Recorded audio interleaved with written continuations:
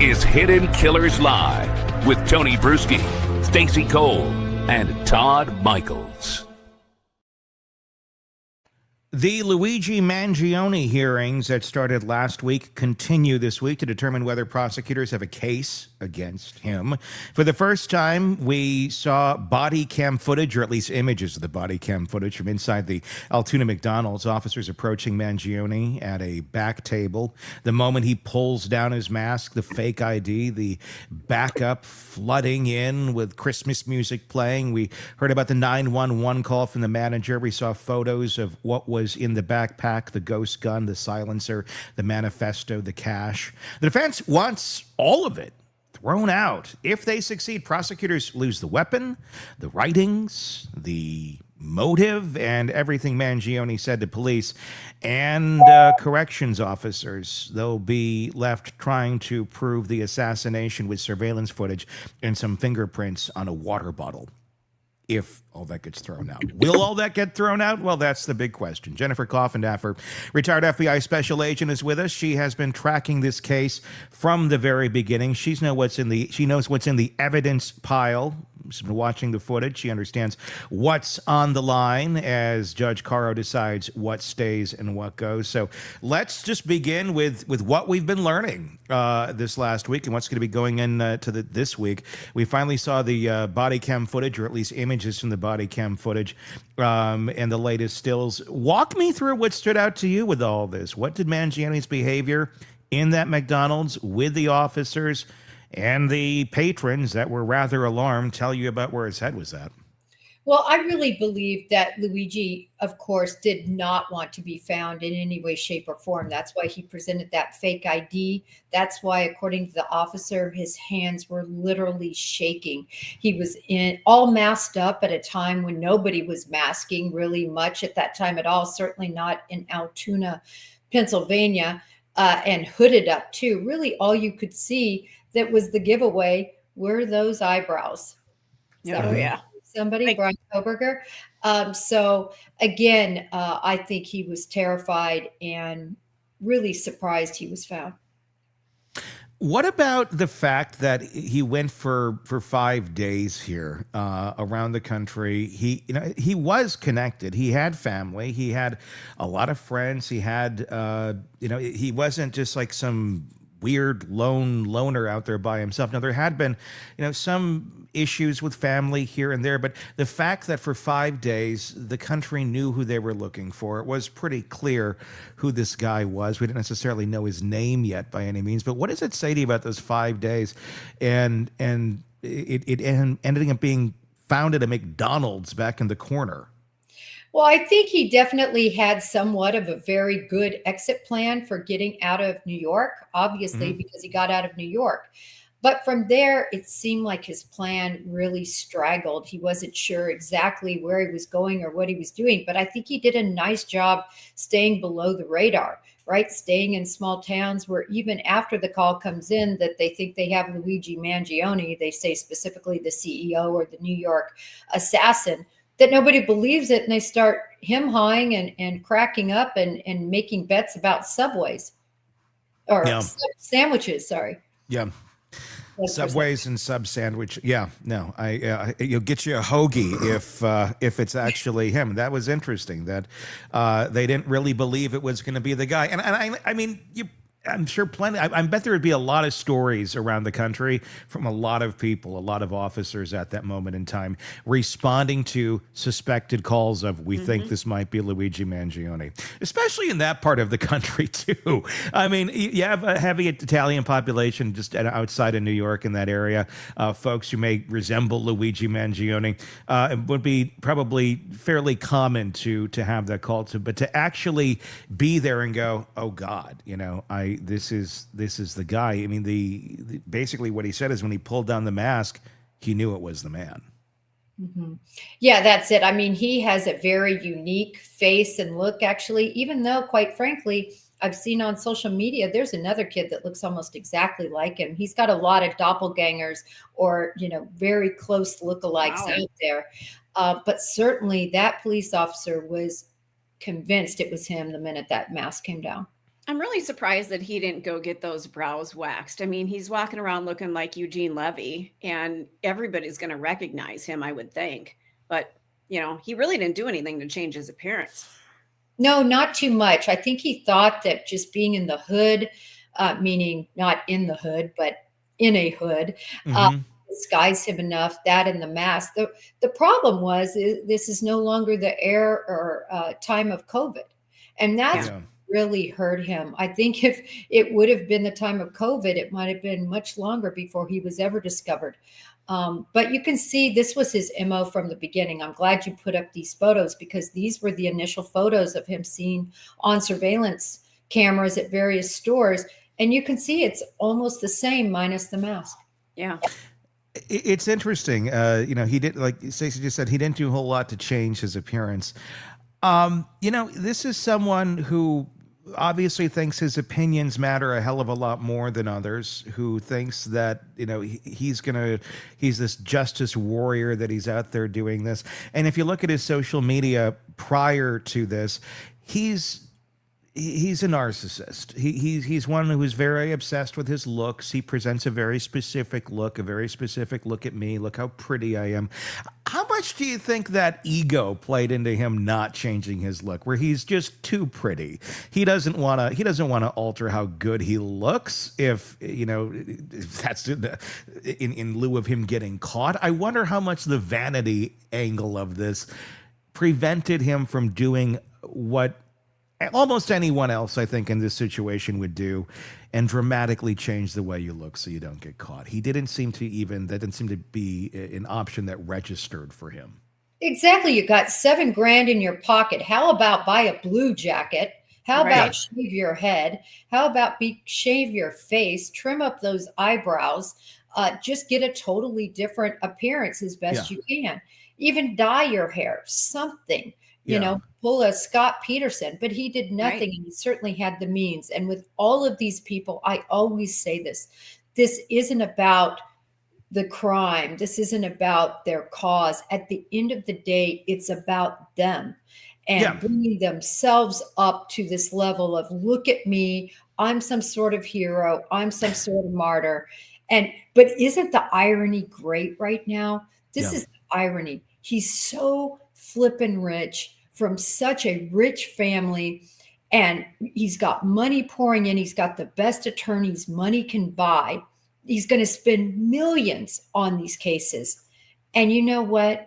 He isn't about the little people, the people who can't get health care. If he would have done this, if he would have said, I'm not taking any donations, I'm not taking my mom's wealth, I'm getting a federal public defender, I don't want any more money, I would have had more respect for than what he's doing, which is really living the life he's always lived. Does that make sense? Yeah.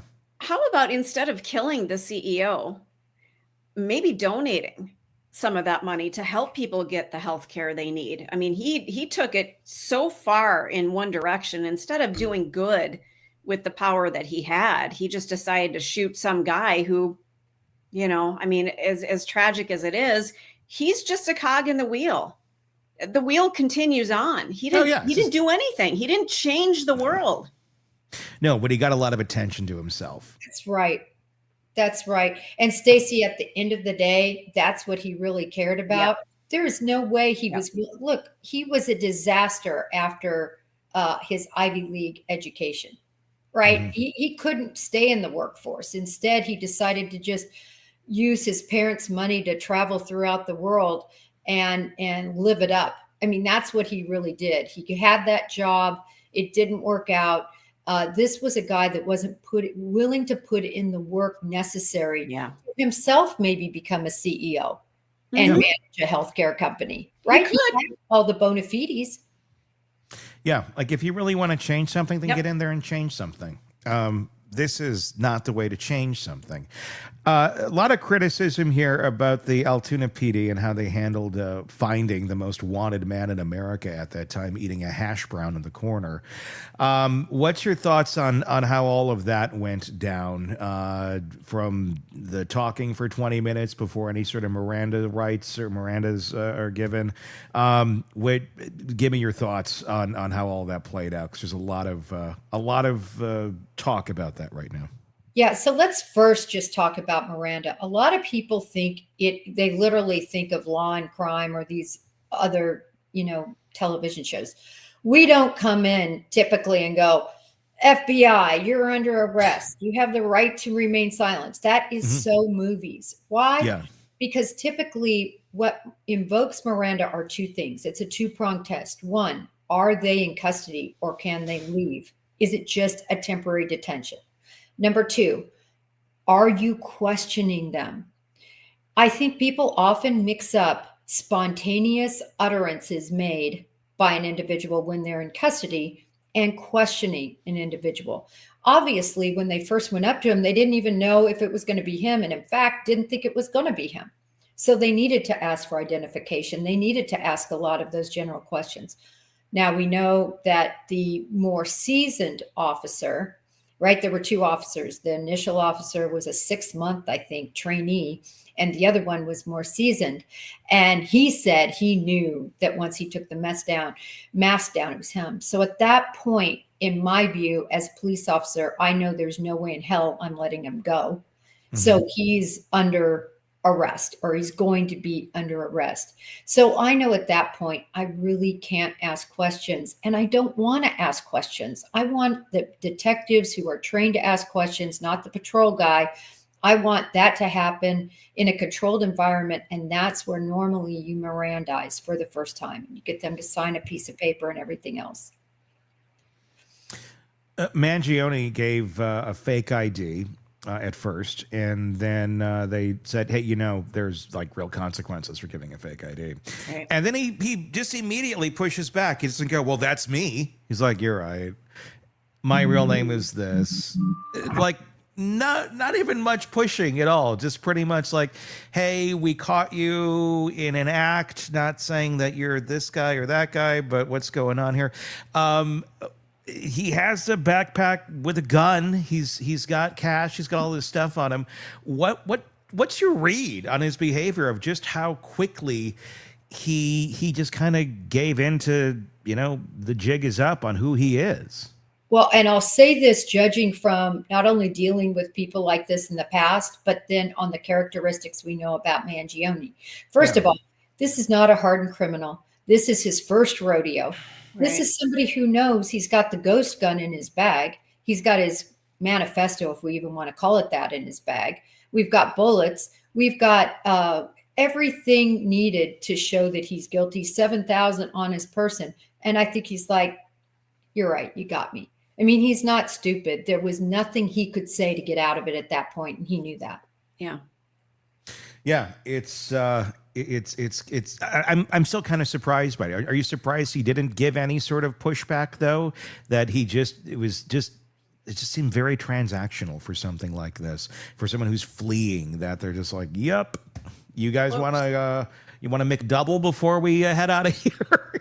You know what? When I look at him, though, he looks ragged and worn down. I was trying to think, how much sleep did he get? Remember, this all started so many days in advance of this. He's not in his normal environment. He's living in a hostel. He's hunting down a guy, conducting surveillance. And then afterwards, he's on the run. He's getting probably very little sleep, very little to eat. He looks horrible when he's arrested, quite frankly. Gaunt. They said he was shaking. I think he mentally and physically was pretty much at the brink. I'll also say this, for those of you who might not have noticed, take a look at his photo when and I pointed this out, take a look at this photo when he's first arrested in there. He wet himself. What? And I'll tell you what, yep, take a look at it. And I'll tell you what, that doesn't surprise me at all. I can't tell you how many people I've arrested that wet themselves right when you arrest them, because it's like this fight or flight, and they're so terrified and they wet themselves.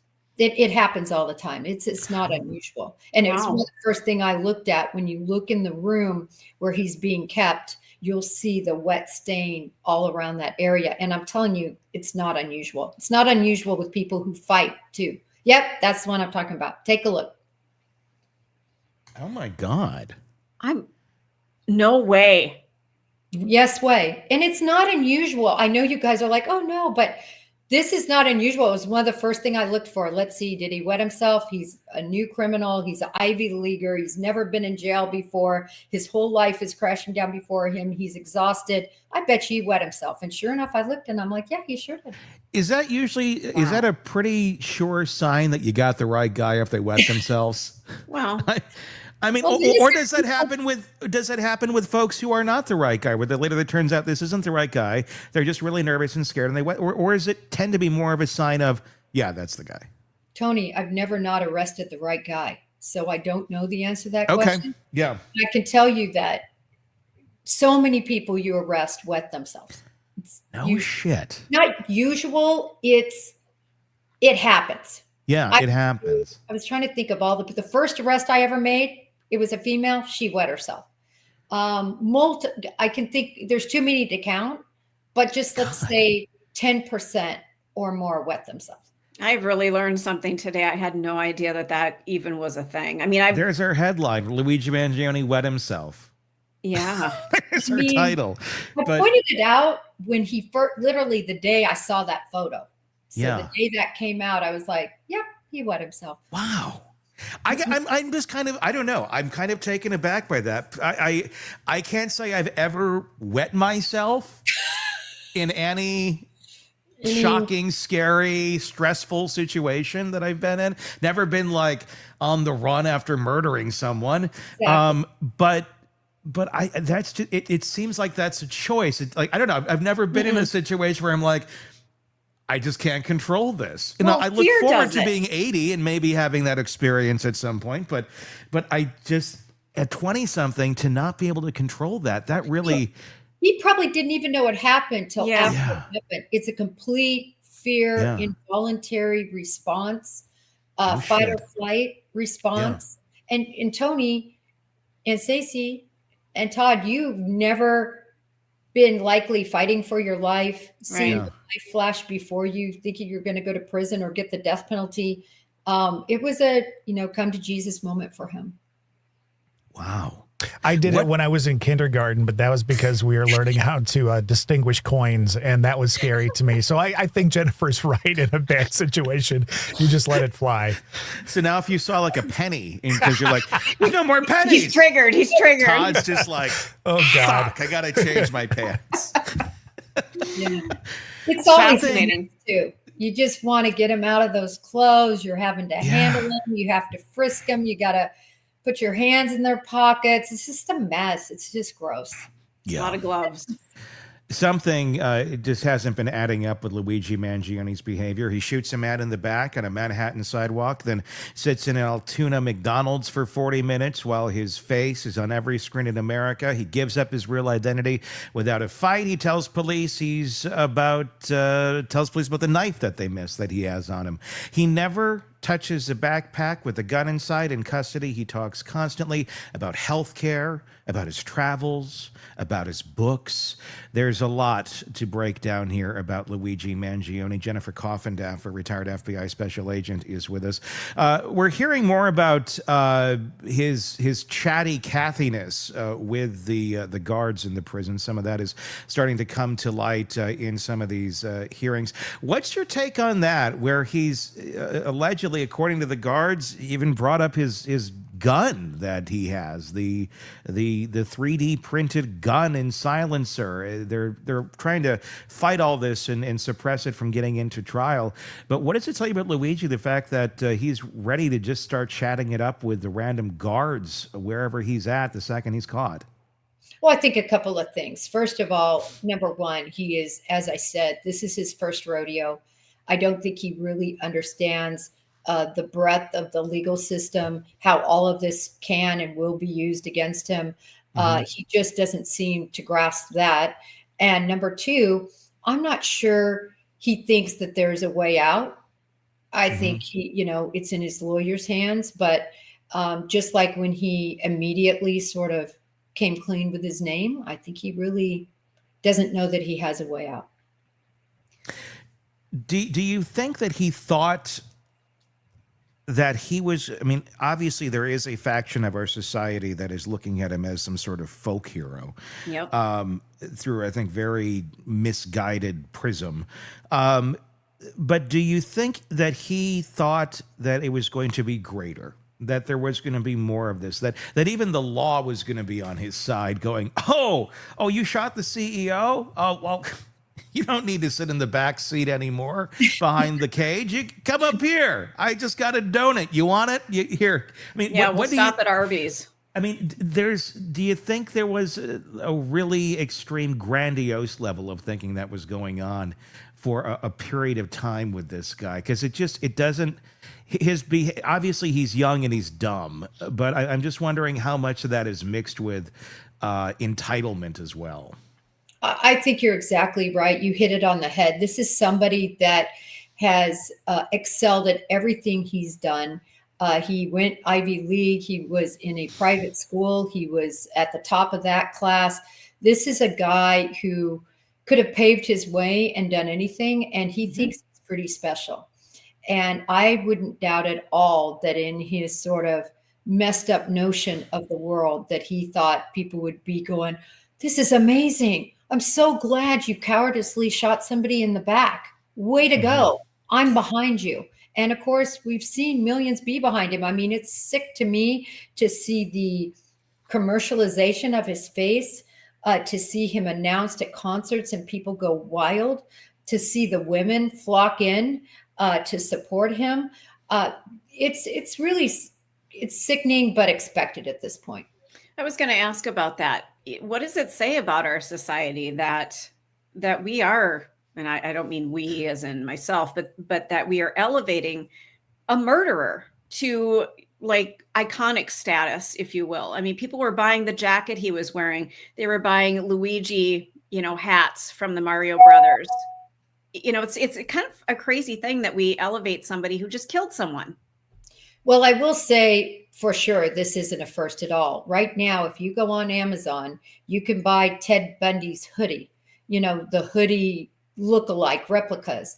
You can go and buy any mass murder memorabilia type. I'm not saying the ones they wore, but replicas, knockoffs of things that people wore. And, Ramirez, who was one of the worst serial killers, such a sicko, and girls flocked to him. And, people write Brian Kohberger and want to marry him.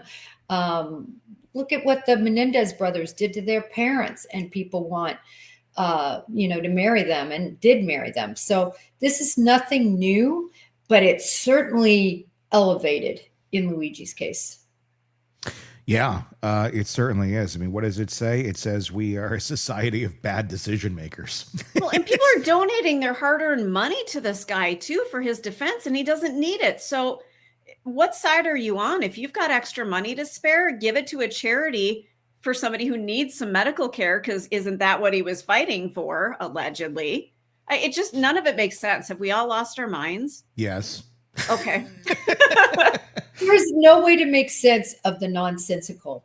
And you have people in here, and really it just harms themselves, right? They don't have the money to do things they should be doing, taking care of their kids, paying their rent, other things. And so it really only harms themselves, these lunatics that just, how about this?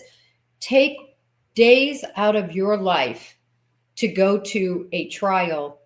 Unless you're doing your job, right? You're a podcaster, you're a reporter, even it's just so odd to me that you have that time in your day to go sit there and support a murderer. It's different. It is. It really says something interesting about those individuals. I mean, it seems kind of like it could be a see something, say something, where it's like, hey, this person's supporting this person in a really unhealthy way. Maybe we should take a closer look at what's going on in their lives. But again, until a crime is committed, you really can't go down that road. Do you think he looks back on this at all today thinking, I think I might have bitten off more than I could chew?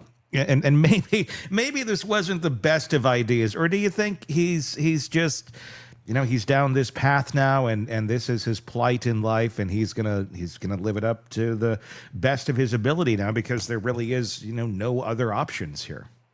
Well, when you look at what he did in advance of this crime and how he was living, traveling the world, it's almost like he said, "This is my last hurrah." That's how I took everything he was doing in Asia, and everything we see that he was doing. It seemed to me like, okay, this is my last hurrah, because this is the motion and the path I am going, and there's going to be no more of this. So I think in a way he is committed to this choice he made. Yeah. Where do you think we're going to be sitting here with the evidence? Because obviously this is an evidentiary hearing that's been going on this last week and going into this week. And they are certainly fighting to get certain things taken out, making those arguments that we had talked about of, this should have been done this way or that way. The defense is going to, they're making big hay out of that. Do you think the defense gets their way in any of this, with any of these pieces of evidence, as they try to fight this? Where do you think the path leads going forward here? Well, I think if police, after he was in custody, actually were asking questions, I think that could be thrown out, because at the moment you as an officer are asking questions other than things related to their health, medication, they might just things like that. Other than that, if they're asking anything to do with the case, I think those answers could get thrown out pre-Miranda. Mm-hmm. As far as the backpack and the contents, I can't imagine any of that will get thrown out. Let me tell you why. Number one, there is no way in hell I am putting a backpack of a murderer, at least a person I believe has committed the murder, based on the video and all the other evidence that surrounds that case that I would have been privy to. There is no way I'm putting a backpack from that guy in my car. There could be an IED in there that they missed the knife. He could have just hit a little button on that knife and exploded that thing and blew us all up. They had, law enforcement had not only the right, they had the responsibility to look in that bag and make sure it was safe, period, end of story. Yeah. Now, as far as the complete, how much they looked and in the other pockets and wallets and things like that, listen, I personally would have got a search warrant the minute I knew there wasn't an IED in there. Having said that, you have to inventory search anything you take. If I arrest you in your car and I hold your car in, I have to inventory search it. If I don't inventory everything that's in there, any damages, what there is, then I could be held liable when you say, "Oh, I had a diamond necklace in there and now it's gone." Right. Mm-hmm. So you have to inventory search. And just so all of that said, it's all coming in. But just say that you're really on the left and you say, this was illegal. There was no search warrant. I don't care about search incident arrest. I don't care about everybody's safety. The doctrine of inevitable discovery is in New York. It's in the federal law. It's in most states. And it basically says, if for some reason law enforcement screws up, not in this case, I don't think, but just say they screw up, it would have been inevitably discovered because there would have been probable cause that would have been developed to conduct that search. Mm-hmm. So I've now given you 3 reasons why I think it will stay. Yeah.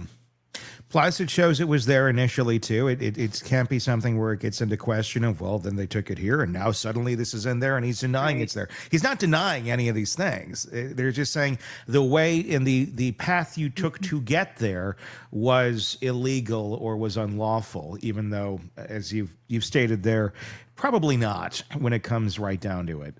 It just doesn't, is this an example of we don't have much to work with here in terms of defending this man who's on camera shooting the CEO?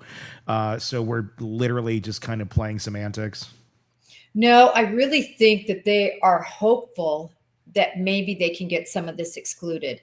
They're fighting hard to say, listen, he couldn't get to that backpack to say grab the gun, and so that's why. But my whole thing is the IED. In this day and age, and somebody that's capable of building a gun off of a 3D printer diagram, this is no idiot, right? Yeah. In terms of that, in terms of capability to build a weapon that could kill somebody. I have not heard any testimony that they're talking about that the officers are talking about that, but that would have been the first thing that would come to my mind. Sure. Do you think that there are any copycats out there that the FBI are kind of watching? Is that something that they look at after a crime like this, that, wow, he's got a lot of support, somebody else is going to step up and try to steal the limelight, if you will? Absolutely. I think they look constantly as best they can at these threats that come in, right? Because after that, we saw all sorts of threats. And we actually saw arrest of a woman who basically threatened to, kill somebody else. She was hauled in and arrested, and because she actually was very vibrant about, and then she said, no, I was just kidding. I didn't mean any of that. It was too late. Handcuffed and everything else. So you can bet they're on the lookout for that. But honestly, what I worry about more are the people like Luigi Mangione that aren't talking about it in advance, but they're in the background plotting. They have a grandiose, feeling about themselves, and they are focusing in on some issue that they think will make them this gigantic martyr that will never be forgotten. If you can't put in the work to be famous and you have all the tools, it's so easy to be infamous. It takes one incident like this. That's very true. Very true. Let's move over to Brian Walshe. Week one of the Brian Walshe trial is done, and the prosecution laid out a digital roadmap of a cover-up, cell phone data tracking Brian to 3 different dumpster locations, surveillance footage of a Volvo at his mother's apartment complex the day before the trash pickup, text to a dead woman's phone, "Where are you? I still love you." Ha ha. Sent while her belongings sat in a garage bag, and a medical examiner now testifying about whether human tissue can be recovered from the hacksaw and hatchet pulled out of those dumpsters. The defense says this was panic, not murder. Jennifer Coffindaffer, retired FBI special agent, is here to help break all of this down for us. Jennifer, Brian's MacBook, which I don't think he was aware of how things sync to his son's iPad. That's how investigators found the searches. When confronted, he said, "I don't use that iPad, so that's really weird." What is that? What does all of that just tell you about him? Oh my gosh. I truly think, I don't know if they really are going to be able to prove the 5 prongs of premeditation that it takes for murder one in Massachusetts. I worry about that, even though there's so much he did after the fact. When I say that, this is why I say that. I totally believe murder too. Just incensed at the affair, his whole life just plummeting to rock bottom. He's got no money. He's dependent on his mother, for heaven's sakes, to make ends meet in his house, while his wife is out, in love with another man and bringing in the huge bucks and living in a beautiful place up in DC. And his life isn't going so well. And I think he annihilated her for that reason. But do I think it was completely premeditated? And it doesn't have to be by the way, in Massachusetts. It's literally can be seconds before. That's how loose their premeditation standard is. But was this really a crime of passion? I think he messed up so badly, saying that she just kicked off in bed and rolled over and she was dead. It was so ridiculous. He should have said, in my opinion, yeah, I confronted her about the affair. I'm angry, and we got into an altercation, and I hit her so hard I knocked her teeth out. Remember, her teeth had been knocked out. And she fell back and she hit her head and she killed herself. And then I had a moment of panic. I think their defense strategy is so bad. And I think the reason that they strategized this way was strictly about money. He's hoping if he gets off that he gets that insurance paid out and all that other money. He's so dumb. Yeah. He should just admit something that's believable and forget about the money and maybe not spend the rest of his life in prison. Well, and in our chat, Gen Z is referencing pretty much what you're getting at, saying, I heard this weekend of another angle that his defense could have used, which I'm surprised they didn't go this route, is unaliving herself. You know, that there was not that she fell back and hit her head, but maybe, you know, everything was tumbling down and she just ended things. So, you know, the defense strategy is just really a head scratcher at this point. I think it's because they have no options. Yeah, I think you're right. Yeah, it looks bad, but listen, nobody, if your wife commits suicide, you don't dismember them. Where he has totally went off the rails was taking a hatchet and a hacksaw and cutting her into pieces. Yeah. The sheer time and effort and sweat it would take to do something like this. This is not an easy task. I don't know what people are imagining, but for those of us who grew up on a farm, this is not an easy task. And I think he did it more than anything to conceal her. There's no way you can get a stiff body in a trash bag or in a car without being seen. But you can pick up the pieces and take them. And that's typically why people dismember. Well, just the psychology of doing this. I mean, that in itself is like just spooky as hell. But again, you got to look at what this guy is capable of doing. I mean, the way to make money is also not making fake Andy Warhol paintings and selling them. But he seemed to think that was a way of making money as a side hustle for a while there. The way of dealing with your wife suddenly dying is not to go to Home Depot and get a hacksaw and cut her up and put her in dumpsters around town. But he seemed to think that was the way to do it. I mean, this guy is an idiot. But it's more and more to like such levels of stupidity. It's truly shocking, and it lends a hell of a lot more even to the case of, oh, I get why she was cheating. I get why she was trying to get out of this. Of course she was. You'd be stupid if you weren't. If you're sitting there going, you're just the best husband in the world. I love you so lucky. much. I mean, yeah. I mean, it'd be one of those cases where if she killed him, I'd be like, I kind of get it. I kind of get why you would have killed him, because he's ruining your life. On Christmas Day, Brian searched William Fastow, D.C. real estate. That was Anna's boyfriend, the one she was having the affair with. And then Anna Walshe found dead. Google termed. Anna Walshe found dead.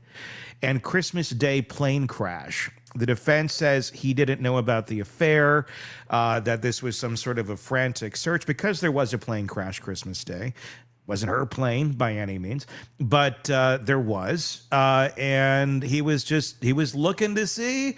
He was hoping. If she was found dead on this plane, because of course that'll be the headline, your wife's name specifically, on a plane crash on Christmas. Like, I don't buy that for a second. You know, I buy he was looking up the Christmas plane crash. Sure. I think it was a separate search of like, oh shit, there was a plane crash. But is there any validity, do you think, to the fact that he was doing that in some sort of relation to the plane crash? Or why on earth would you be looking up if your wife is found dead and you know she's not? That's the only thing that makes, well, nothing makes really much sense. No, yeah. Even that doesn't make a lot of sense. I mean, the bottom line is, I think he was so preoccupied, likely at that point. I think that this is around the time he knew what he was going to do to her. It couldn't have been too much in advance, or he wouldn't have had to make that, last minute rush to all those stores to buy everything he bought, the cleaning and the mops and everything he bought, the hacksaw, the hatchet, right? He would have been ready to roll when she got home.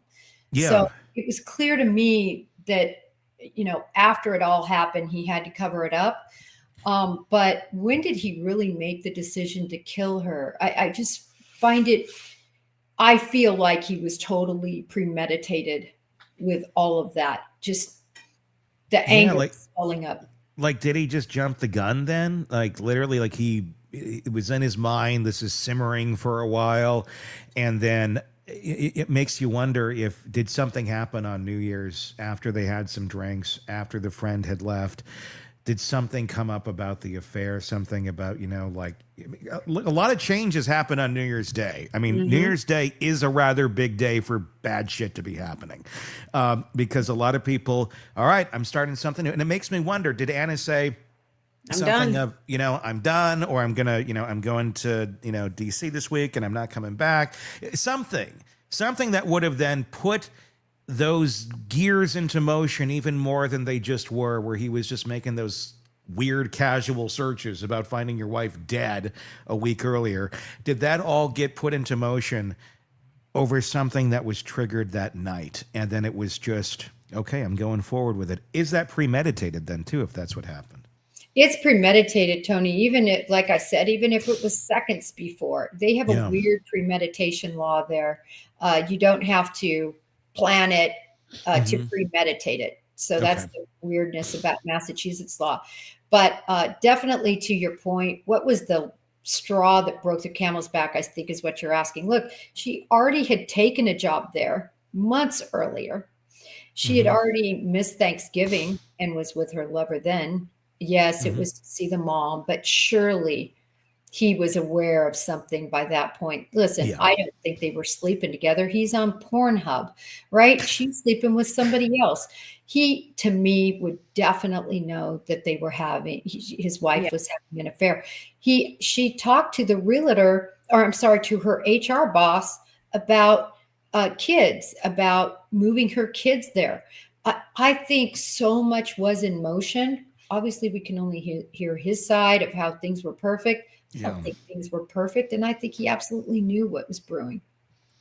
The Pornhub searches are also what really make you go, huh?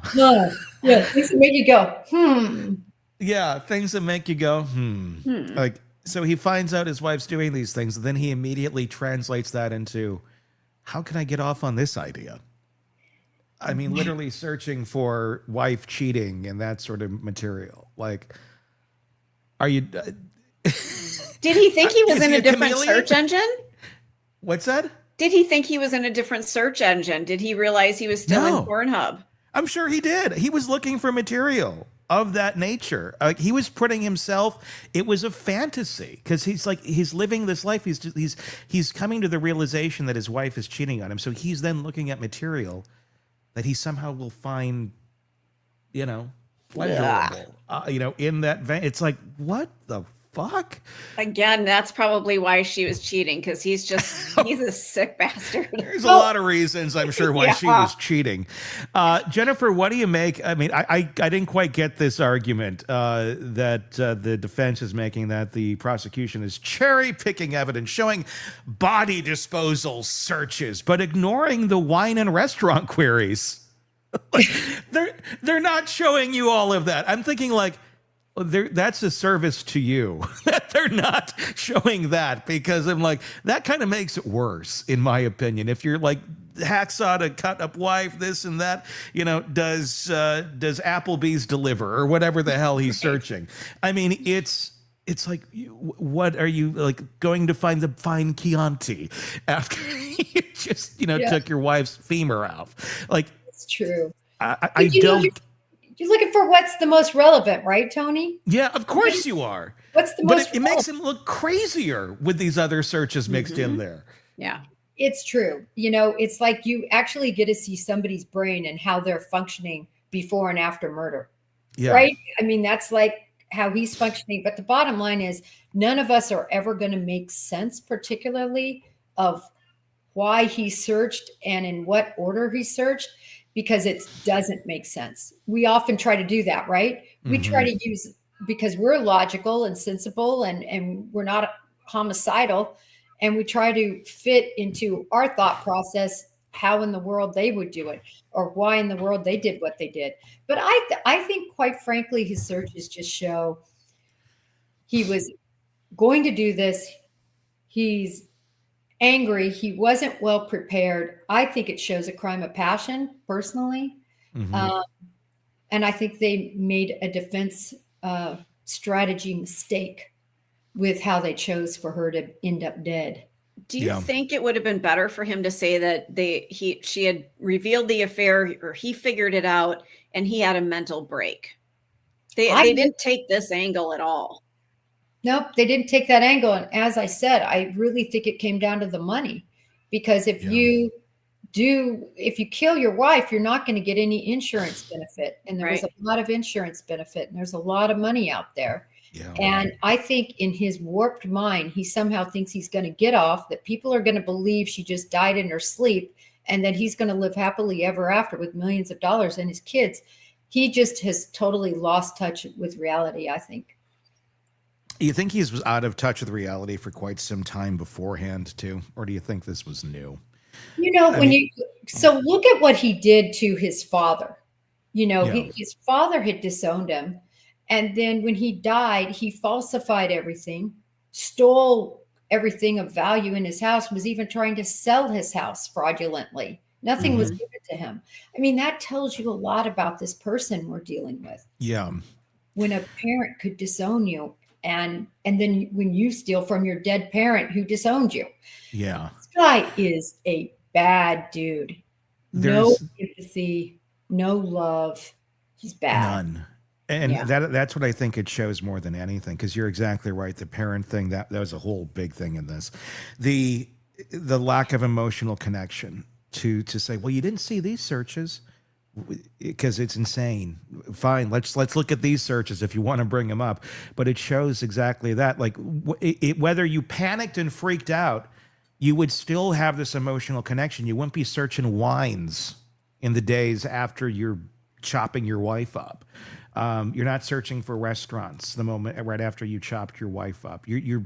I would think if you panicked and you're in a crazed state, or you're in this panic mode, you're in the corner shaking and crying, not like, I wonder if Rieslings are in stock. You know, it's just, it shows the exact opposite of that. But this is a man who seems to operate without it. And when you just look at the guy, you look at his actions, you look at the way he carries himself and what we've seen of him, he is that. He doesn't seem, there's something missing there. And I think that's what it is. It's the empathy.